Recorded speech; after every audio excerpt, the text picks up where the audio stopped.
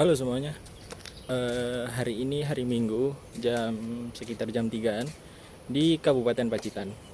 Jadi hari ini saya akan membawa kalian berjalan-jalan ke salah satu pantai yang ada di Kabupaten Pacitan, yaitu Pantai Pancerdor. Kenapa saya membawa kalian ke sini? Karena Pacitan sendiri itu dikenal dengan sebutan Kota 1001 Goa. Juga terkenal dengan keindahan alamnya, yaitu salah satunya pantai, dimana muncullah pertanyaan, dengan banyaknya keindahan kekayaan alamnya Pacitan, apakah pariwisata alam Pacitan itu termasuk dari top 3 sektor unggulan di Kabupaten Pacitan?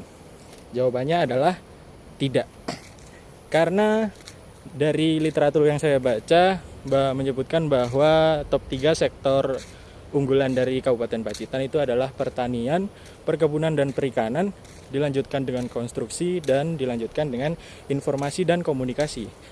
Sedangkan di Indonesia sendiri, top 3 sektor unggulannya yaitu adalah yang pertama itu industri, yang kedua perdagangan, dan yang ketiga itu pertanian.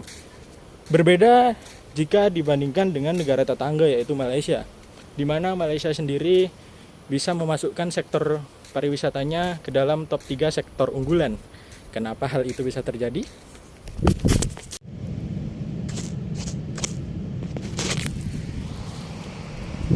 Ya, hal itu bisa terjadi karena selain negara Malaysia sendiri memiliki banyak keindahan alam dari sumber daya alamnya sendiri, negara Malaysia juga mengandalkan dari infrastruktur dan juga fasilitasnya. Kita lihat sendiri di sini.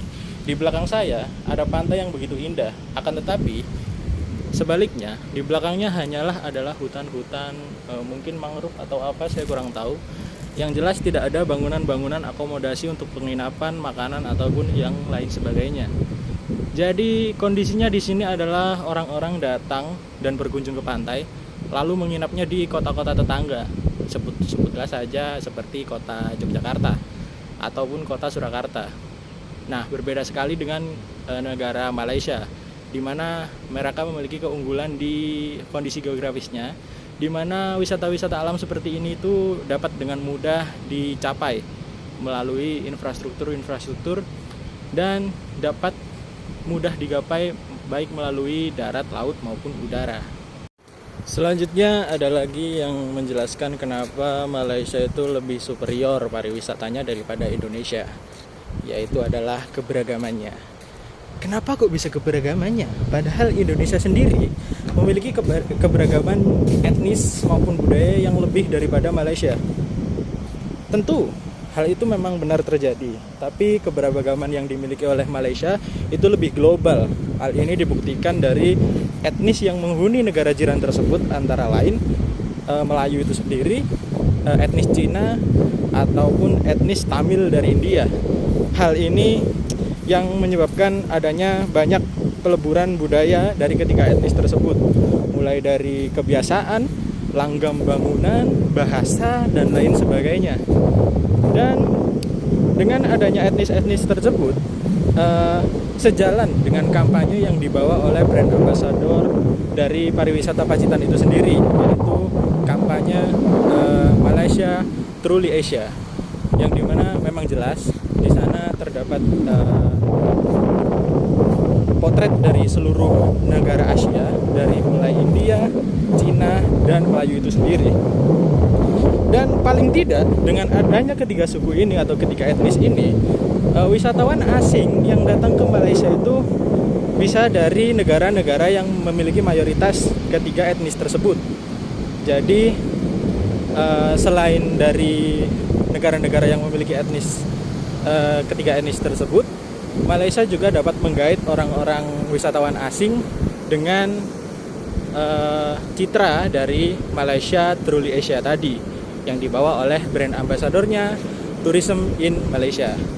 Oke, dan yang terakhir, kita tahu dari penjelasan tadi bahwa Malaysia itu terlihat sangat superior dibandingkan Indonesia di sektor pariwisatanya.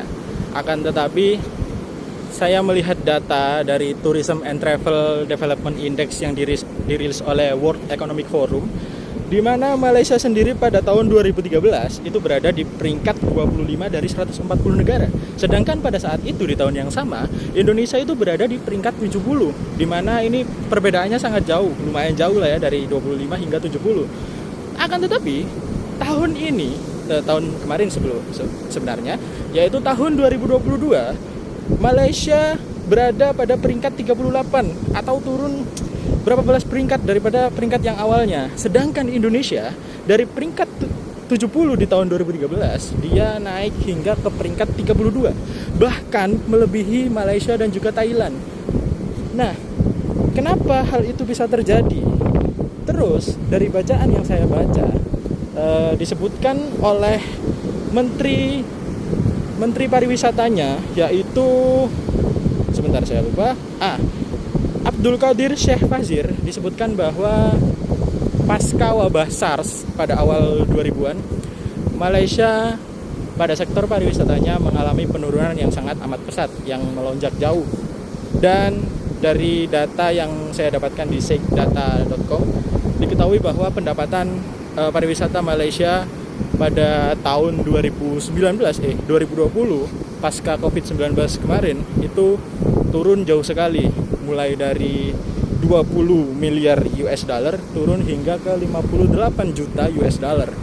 Hal ini tentu sangat signifikan, dan hal ini juga hampir sama seperti kondisi sebelumnya di awal tahun 2000-an ketika pasca wabah SARS itu terjadi.